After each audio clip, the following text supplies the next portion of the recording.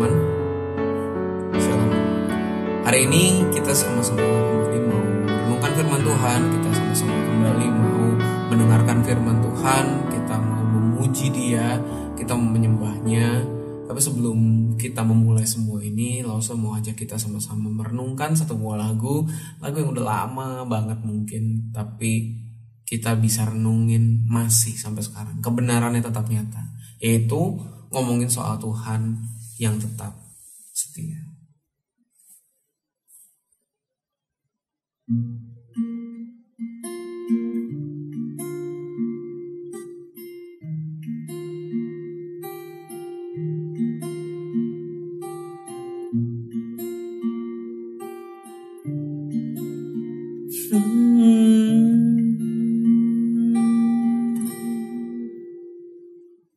Besar setiamu Allah Bapa-Ku, besarlah kasih-Mu yang berlimpah, tiada kurang dan tidak berubah, sempurna dan kekal selamanya.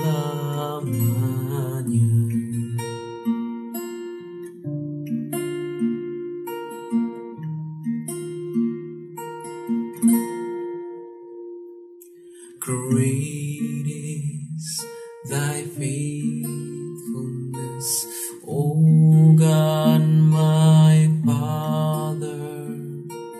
There is no shadow of turning with thee. Thou changest not, thy compassions they fail not. As thou hast been, thine forever will be. Great is thy faithfulness, great is thy faithfulness. Morning by morning, new mercies I see. All I have needed, thy hand provided. Great is thy faithfulness, Lord, unto me. Besar setiamu, besar setiamu, besar setiamu. Tiap pagi berikan rahmat baru, segala yang ku perlu kau sediakan. Besar setiamu kepadaku, besar setiamu, besar setiamu, besar setiamu kepadaku.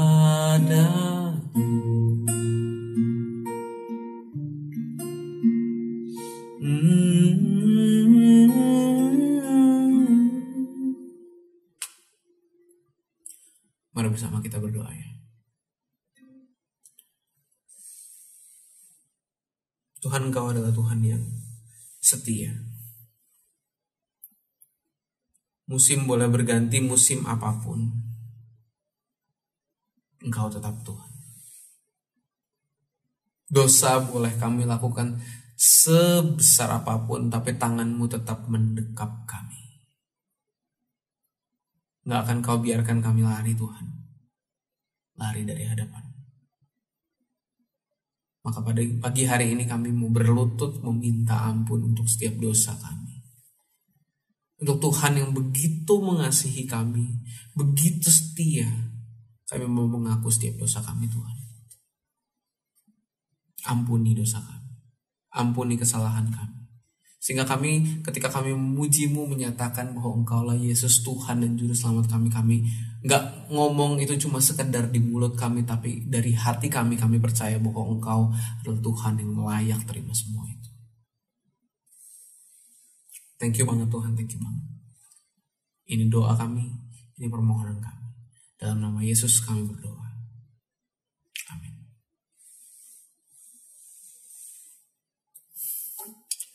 Teman-teman sekalian, gue mau ajak kita sama-sama kembali menyatakan satu lagu yang mungkin udah lama banget ya. Ini enggak bukan lagu hymn, tapi ini nyatain kalau Yesus dia adalah sahabat kita. Dia adalah penguasa kita, dan hidup yang bersama Yesus ini adalah hidup yang kita pilih bersama-sama Tuhan. Yuk kita sama-sama renungin lagu ini, kita nyanyi sama-sama dimanapun kita berada. Yuk kita nyanyiin dengan semangat.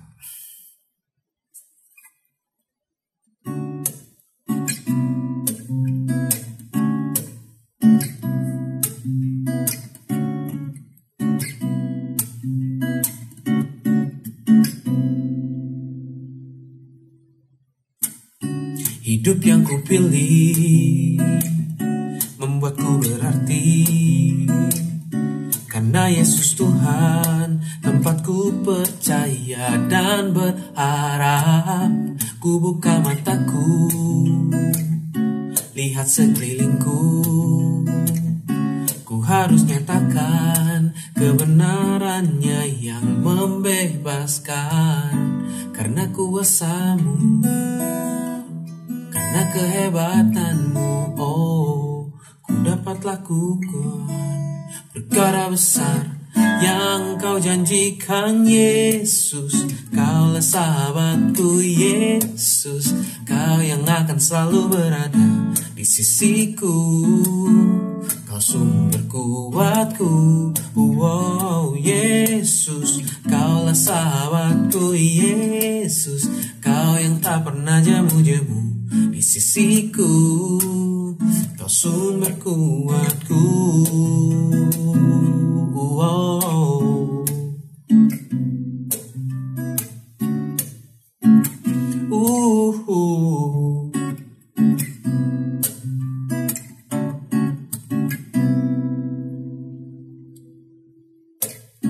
Hidup yang kupilih membuatku berarti,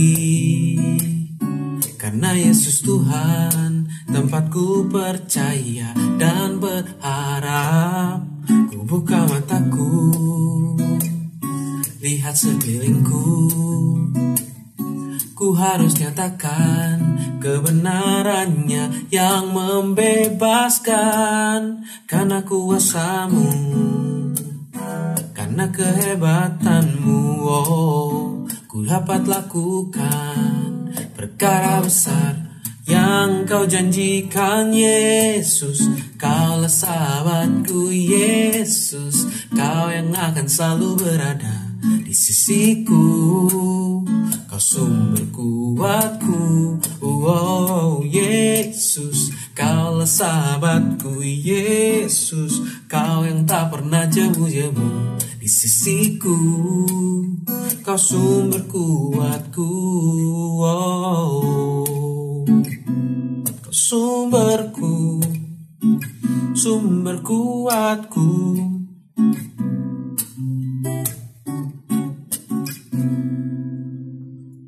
Oke, sebelum kita ngedengerin firman Tuhan, langsung mau ajak kita untuk sama-sama tundukkan kepala, kita berdoa terlebih dahulu ya. Ya Bapa, kami mengucap syukur kalau kami saat ini bisa ada sampai saat ini. Itu semua karena Pengorbananmu itu semua karena anugerah-Mu Tuhan. Tuhan, sebentar kami mau mendengarkan firman-Mu. Berkati saya yang akan menyampaikan, berkati teman-teman yang akan mendengarkan.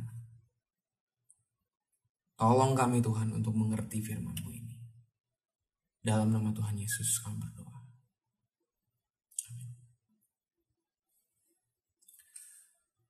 Nah, teman-teman, siapa di sini yang pernah dapat julukan?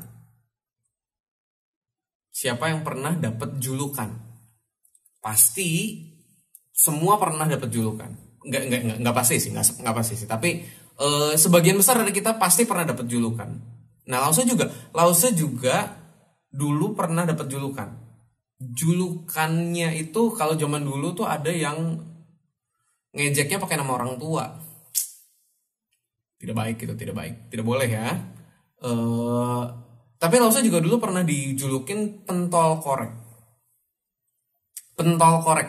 Tahu korek api gitu yang satu batang terus ujungnya bulat gitu. Nah, Lause dulu pernah diejek, dijulukin pentol korek itu. Kenapa? Karena dulu Lause tuh kurus banget, bener-bener kurus. Kayak bener-bener kayak nggak diurus sama orang tua gitu loh, kayak nutrisinya kurang. Terus Lause pernah dibotakin, bener-bener botak sampai cuma tumbuh sekitar mungkin setengah senti atau 1/4 senti doang gitu rambutnya. Jadi atasnya bulat tapi badannya kurus. Nah, jadi disebutnya pentol korek api. Nggak enak untuk disebut kayak gitu. Dan setelah berapa lama akhirnya lumayan berisi badannya, ya nggak diomongin begitu lagi sih. Tapi ada julukan yang negatif, ada julukan yang sifatnya ngejek. Tapi ada juga julukan atau mungkin lebih cocok disebutnya gelar atau panggilan yang lebih positif gitu ya, yang baik. Misalnya dulu Lause dari kecil itu hafal bagian-bagian dari Alkitab. Jadi kalau misalnya ditanya, Arif, ayat ini tuh di mana sih? Langsung bisa jawab, oh di sini. Oh, yang ngomongin Abraham diberkati itu di Kejadian berapa ya? Kejadian 12. Kalau misalnya yang Abraham disunat, ya kayak gitu-gitu, Lause langsung tahu, langsung bisa ngomong di sini. Sampai ada julukan, sampai ada gelar, sampai ada panggilan si Alkitab berjalan. Nah, kalian bisa lihat ya dua ini ya. Ada Lause disebut pentol korek, ada juga disebut Alkitab berjalan. Ketika kita ngelihat dua ini, sebenarnya baik pentol korek maupun Alkitab berjalan, ini sebenarnya sama-sama menunjukkan ada sebuah kebenaran dari diri Lause. Ketika diajak sejelek apapun, mungkin pernah ada kejadian tertentu atau mungkin ada atribut-atribut tertentu, ada sesuatu yang kita pakai atau kita bawa atau yang ada dalam diri kita yang jadi sejarah, yang jadi bagian kenapa kita sampai dipanggil begitu, kenapa kita sampai disebut begitu. Dan hari ini kita akan belajar sekitar berapa ratus tahun yang lalu ada seseorang yang menyebut Yesus dengan panggilan-panggilan tertentu. Itu ada dari Yesaya 9 ayat 5. Yesaya 9 ayat 5. Dan ini tuh Yesus dijulukin begini, disebut begini, dipanggil begini karena Yesaya dikasih penglihatan sama Tuhan, sehingga 400 tahun sebelum Yesus datang, 400 tahun kurang lebih, Yesaya bisa tahu Yesus tuh orang yang kayak gimana sih? Mesias itu orang yang kayak gimana sih? Namanya akan disebutkan orang apa sih? Nah, ini juga bagian dari lagu yang yang dinyanyiin minggu kemarin. Ada 4 panggilan yang dikasih ke Yesus. 4 panggilan dari kitab Yesaya ini. Kita pelajari sama-sama ya. Yang pertama adalah penasehat ajaib. Penasehat ajaib. Ini berarti Yesus ini adalah orang yang memberikan nasihat yang baik. Kan penasehat. Memberikan nasihat jadinya. Karena penasehat.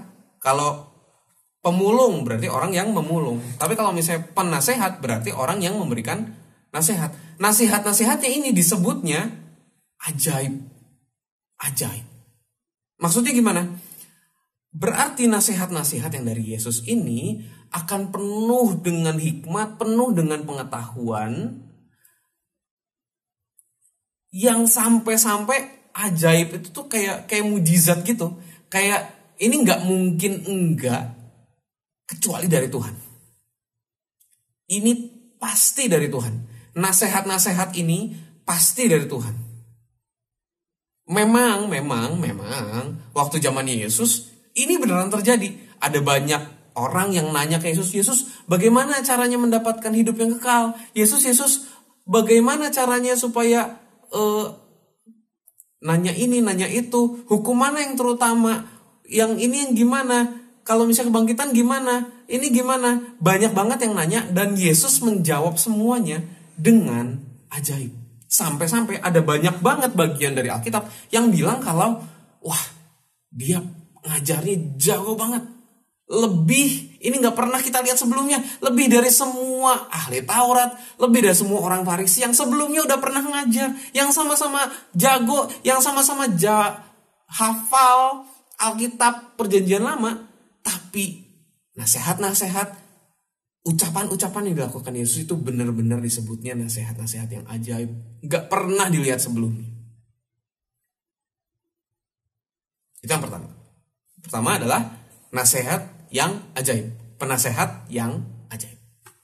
Yang kedua adalah Allah yang perkasa. Ini adalah julukan kedua dari Yesaya 9 ayat 5 ini. Ini berarti apa? Berarti akan ada hal-hal yang besar yang dilakukan oleh Yesus. Maksudnya ini mungkin merujuk ke mujizat-mujizat yang dilakukan oleh Yesus. Ada banyak orang sakit yang disembuhkan, orang lumpuh berjalan, orang buta melihat. Ada orang banyak banget yang dikasih makan cuma dari 5 roti dan 2 ikan. Dan angin ribut didadakan. Dan yang jauh lebih hebat lagi, ada kebangkitan yang diberikan. Yang pertama dilakukan kepada Lazarus, di mana orang mati dibangkitkan. Tapi terlebih lagi ketika Yesus sendiri bangkit dari antara orang mati, untuk apa? Untuk menebus dosa semua umat manusia. Itulah pekerjaan Allah yang perkasa. Ada hal-hal yang besar yang dilakukan oleh Tuhan, yang sanggup dilakukan oleh Tuhan. Tadi yang pertama apa? Penasehat ajaib. Nasihat-nasihatnya ajaib. Allah yang perkasa. Allah yang perkasa berarti dia melakukan hal-hal yang besar banget. Nah, yang ketiga ini adalah Bapa yang kekal. Bapa yang kekal. Nah, ini tuh sebenarnya gabungan dari ada 2 konsep dalam Perjanjian Lama. Pertama soal Bapa. Yang kedua, kekal. Biasanya kita kalau misalnya kan ada lagunya tuh Bapa yang kekal gitu kan. Kita udah familiar banget dengan perkataan ini Bapa yang kekal. Tapi kita jarang banget yang mikirin Bapa yang kekal itu merujuk ke Yesus. Yesus adalah Bapa yang kekal, bukan Allah Bapa loh ya. Yesus adalah Bapa yang kekal. Maksudnya di sini apa? Bapa di sini ini adalah otoritas tertinggi dalam keluarga di masa itu, di masanya Yesaya maupun di masanya Yesus. Kalau misalnya di zaman sekarang juga ada keluarga-keluarga yang bapaknya harus jadi kepala. Bapaknya harus mengepalai semuanya. Semua tindakan, semua keputusan harus ada di bapak. Waktu zamannya Yesus, waktu zamannya Yesaya jauh lebih begitu lagi. Bayangin, kalau misalnya kalian semua harta di dalam keluarga itu sebenarnya adalah punya bapak. Semua anak itu adalah punyanya bapak. Jadi kalau misalnya ada anak perempuan yang mau menikah, itu ibaratnya kayak semacam dijual gitu. Dijual kepada si orang yang mau menikahinya itu. Dijual oleh siapa? Oleh bapaknya yang punya. Bapaknya ini akan mendapatkan mas kawin disebutnya. Mendapatkan mahar, mendapatkan mas kawin. Tanda kalau misalnya si anak perempuan ini udah tanda kutip dibeli. Padahal maksudnya bukan dibeli dalam berarti kayak budak gitu. Tapi kayak mau dipersunting, mau diperistri gitu. Jadi mau diambil ke keluarga yang lain, tapi keluarga itu harus bayar sesuatu ke bapaknya. Nah, bukan konsepnya. Jadi bapak itu adalah pemegang otoritas tertinggi di keluarga, pemegang keputusan tertinggi di keluarga, dan semuanya itu adalah milik bapak. Nah, bapak ini bukan cuma pemilik, tapi juga adalah pelindung dari keluarganya. Jadi kalau misalnya ada apa-apa, yang melindungi pertamanya juga adalah bapaknya. Kenapa? Karena bapak adalah otoritas tertinggi, pelindung yang paling tinggi di dalam keluarga. Tapi semua itu akan berakhir. Kapan? Waktu bapaknya mati. Waktu bapaknya meninggal. Jadi kalau misalnya ada seorang bapak yang meninggal, hartanya dibagi-bagiin, dan kekuasaannya itu udah gak dimiliki lagi. Gimana udah mati? Tapi di sini disebutin kalau Mesias, kalau Yesus itu adalah Bapa yang kekal. Jadi dia selama-lamanya akan memiliki keluarganya. Dia selama-lamanya akan mempunyai semua hartanya. Selama-lamanya, gak akan mati. Bapa yang kekal. Jadi maksudnya setiap umat Israel, setiap orang yang percaya pada Mesias ini, dia akan dimiliki oleh si Bapa yang kekal ini dan juga akan dilindungi oleh Bapa yang kekal ini. Mesias akan memiliki orang percaya dan akan melindungi orang percaya. Itulah maksudnya dari Bapa yang kekal. Jadi kalau misalnya kita sekarang percaya pada Yesus, percaya pada Mesias, kita akan dimiliki oleh Yesus dan juga akan dilindungi oleh Yesus. Itu maksudnya Bapa yang kekal. Oke, yang pertama tadi apa? Penasehat ajaib. Yang kedua, Allah yang perkasa. Yang ketiga, Bapa yang kekal. Penasehat yang ajaib ngomongin apa? Ya nasihat-nasihatnya, ajaib nasihat-nasihatnya, syami nasihat-nasihatnya, oke banget. Nggak mungkin enggak ini kalau nggak dari Tuhan. Allah yang perkasa berarti ada sesuatu yang besar-besar, mujizat-mujizat, sesuatu yang cuma Allah yang bisa lakuin. Dan dilakuin oleh Yesus. Ketiga, Bapa yang kekal. Kita dimiliki dan kita dilindungi oleh Yesus. Dan yang keempat adalah Raja Damai. Nah, waktu zamannya Nabi Yesaya ini masih hidup, bangsa Israel itu terpecah jadi dua. Ada bangsa Israel yang di selatan, ada yang di utara. Dan kedua kerajaan ini akhirnya tuh kalah perang dan akhirnya mereka dibuang. Jadi dalam masanya Nabi Yesaya ini dikatain kalau misalnya bangsa Israel itu udah menjadi bangsa yang benar-benar kalah, bangsa yang kecil, bangsa yang perang mulu dan kalah mulu. Ketika Mesias ini disebutin sebagai Raja Damai, the Prince of Peace, artinya dalam pemerintahannya si Mesias ini gak akan ada perang. Kerajaannya bakal penuh dengan ketenangan dan juga gak ada ketakutan di dalamnya. Gak akan ada umat yang dijajah, gak akan ada umat yang berperang perlu mempertahankan diri. Kenapa? Karena dalam masa pemerintahannya akan ada kedamaian yang luar biasa. Yesus juga pernah ngomong kalau misalnya damainya diberikan untuk kita. Damainya diberikan untuk kita. Dia bilang, datanglah kepadaku semua yang letih lesu dan berbeban berat, aku akan memberikan kelegaan kepadamu. Kedamaiannya itu sanggup, siap diberikan untuk semua orang yang datang sama Tuhan. Oke, kita ulang lagi ya, 4 ya. Pertama apa? Penasehat yang ajaib. Kedua, Allah yang perkasa, Bapa yang kekal, Raja damai. Nah, sebelum kita lanjut, kita mau main game dulu. Oke?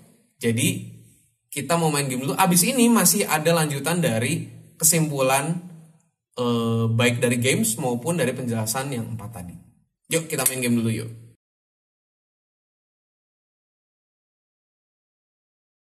Nah, gimana gamesnya? Siapa yang menang tadi akhirnya ya? Nah, gimana akhirnya sang pemenang ini bisa menang? Tiada lain, tiada bukan hoki. Gak mungkin ada yang saya sudah mengkalkulasi kemungkinan yang ada dan saya memilih gunting. Saya sudah mengkalkulasi semuanya dan saya memilih kertas. Dan kertas itu pasti akan menang terus. Enggak bisa. Hoki. Keberuntungan.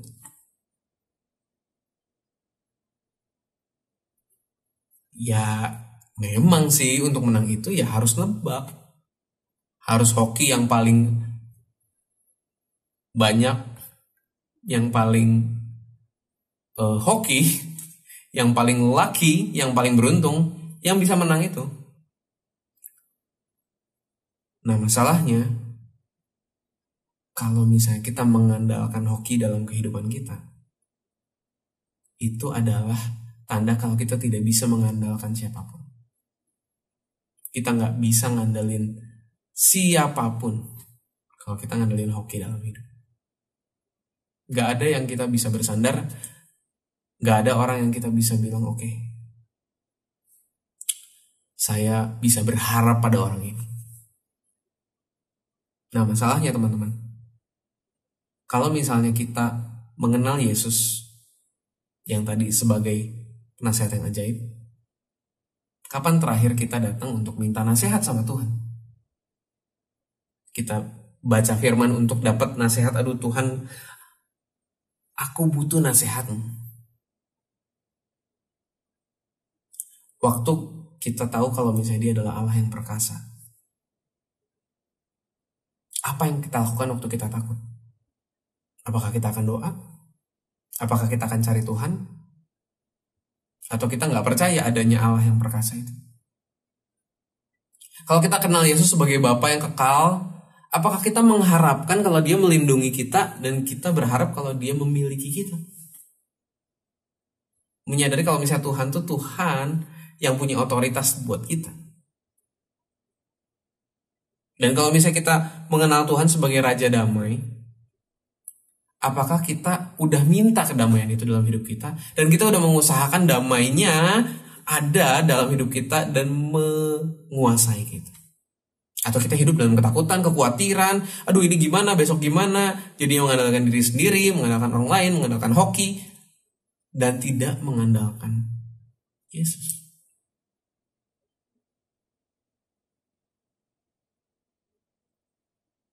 Kalau gitu apa bedanya kita sama orang yang bukan Kristen? Gak ada. Waktu kita bilang kita mengenal Tuhan, itu berarti ada sesuatu yang kita akan lakukan berbeda.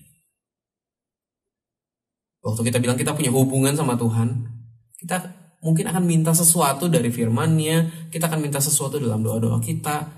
Kita bilang, Tuhan saya perlu nasihat-Mu, Tuhan saya perlu mujizat-Mu, Tuhan saya perlu kedamaian-Mu. Apakah kita datang sama Tuhan? Sekarang tuh lagi masuk ke masa Advent, masa penantian akhirnya nanti bakal ke Natal. Untuk mengingat Yesus yang dulu udah datang, sekarang ada dalam diri kita, dan nantinya akan datang lagi. Itulah masa Advent. Dan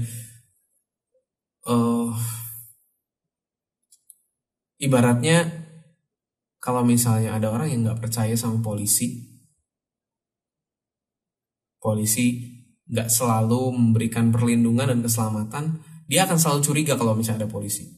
Dia akan takut Kalau misalnya dia percaya polisi akan memberikan perlindungan dan keselamatan, pasti nggak akan takut sama polisi. Nah, masalahnya ketika kita percaya sama Tuhan, kita percaya kalau Yesus adalah penasehat yang ajaib, Allah yang perkasa, Bapa yang kekal, dan Raja damai. Apa yang kita lakukan berbeda? Yuk, minimal kita hafalin ayat ini. Kita hafalin Yesaya 9 ayat yang kelima. Ketika kita bisa bilang, seorang anak telah lahir untuk kita.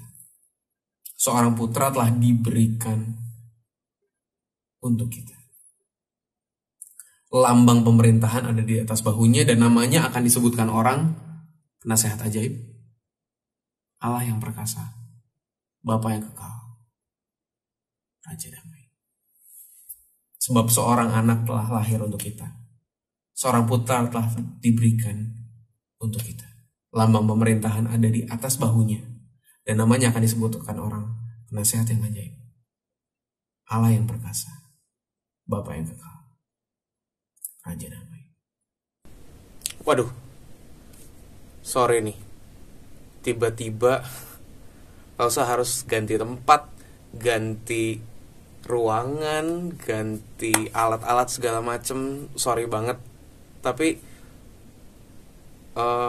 waktu Elsa nyiapin segala macem kayak gini, Elsa jadi mikirin life is unpredictable. Hidup memang nggak bisa kita mengerti apa yang akan terjadi selanjutnya gitu loh. Contohnya ya pandemi. Contohnya ya apa yang kita jalani sekarang ini, sekolah harus online, ibadah harus online, sesuatu yang kita mungkin nggak pernah pikirin sebelumnya akan terjadi. But it happened, tapi itu kejadian gitu. Di tengah dunia yang benar-benar nggak bisa kita prediksi ini, nggak bisa kita pikirin apa yang akan terjadi selanjutnya. Ada satu yang kita bisa percaya, yang dari tadi Lauso udah omongin, ya penasehat ajaib itu, ya Allah yang perkasa itu, ya Raja damai itu, dan Bapa yang kekal itu. Disitulah tempat kita bisa berharap, disitulah tempat kita bisa mengadu, disitulah tempat kita bisa menerima perlindungan, disitulah tempat kita bisa menerima nasihat. Terus mau ajak kita untuk sama-sama renungin lagu ini, untuk benar-benar jadiin lagu itu doa kita. Kalau misalnya memang Tuhan adalah Tuhan yang seperti itu, Tuhan saya mau berubah, saya mau melakukan sesuatu yang berbeda. Yuk sama-sama kita renungin sebagian dari lagu ini.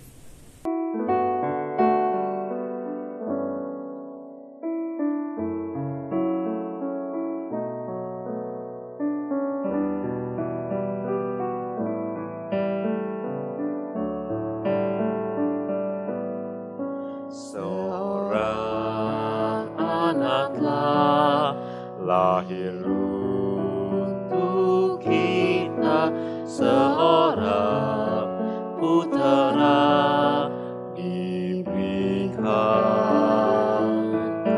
lambang pemerintahan di atas bahunya dan namanya pun disebut orang penasehat ajaib, Allah yang perkasa, Bapa yang kekal, Raja damai. Sambutlah Dia, Yesus Tuhan, Juru Selamat dunia. Seorang anaklah lahir untuk kita, seorang putera diberikan, lambang pemerintahan di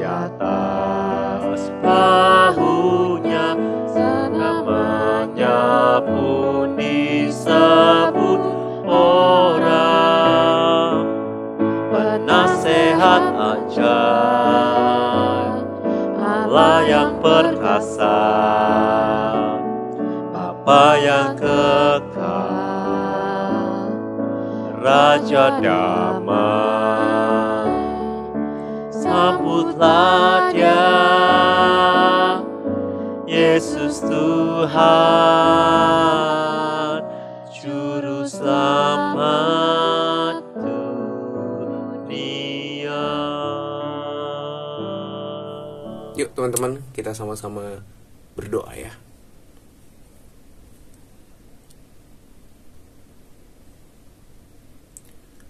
Tuhan, kami mudah lupa.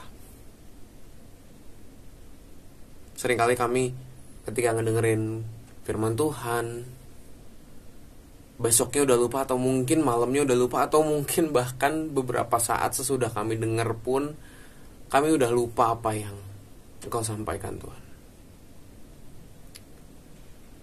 Tapi hari ini kami mendengar kebenaran tentang siapa Engkau. Bagaimana orang-orang menyebut Engkau, Tuhan.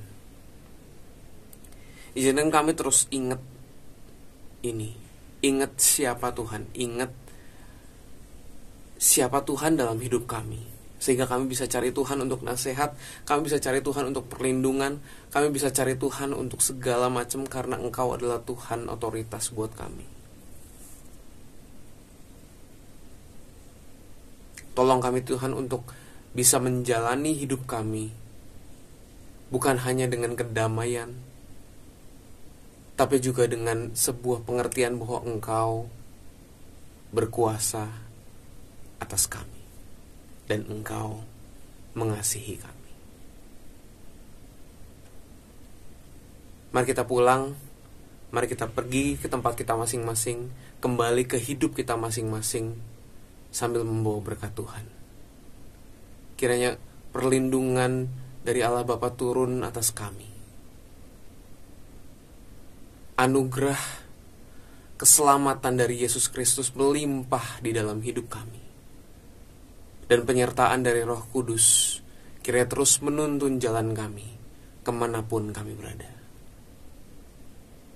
Inilah doa permohonan berkat. Kiranya tercurah atas kami sekalian. Terima kasih Tuhan. Dalam nama Tuhan Yesus kami berdoa. Amin. Tuhan Yesus memberkati. Sampai jumpa minggu depan. Bye.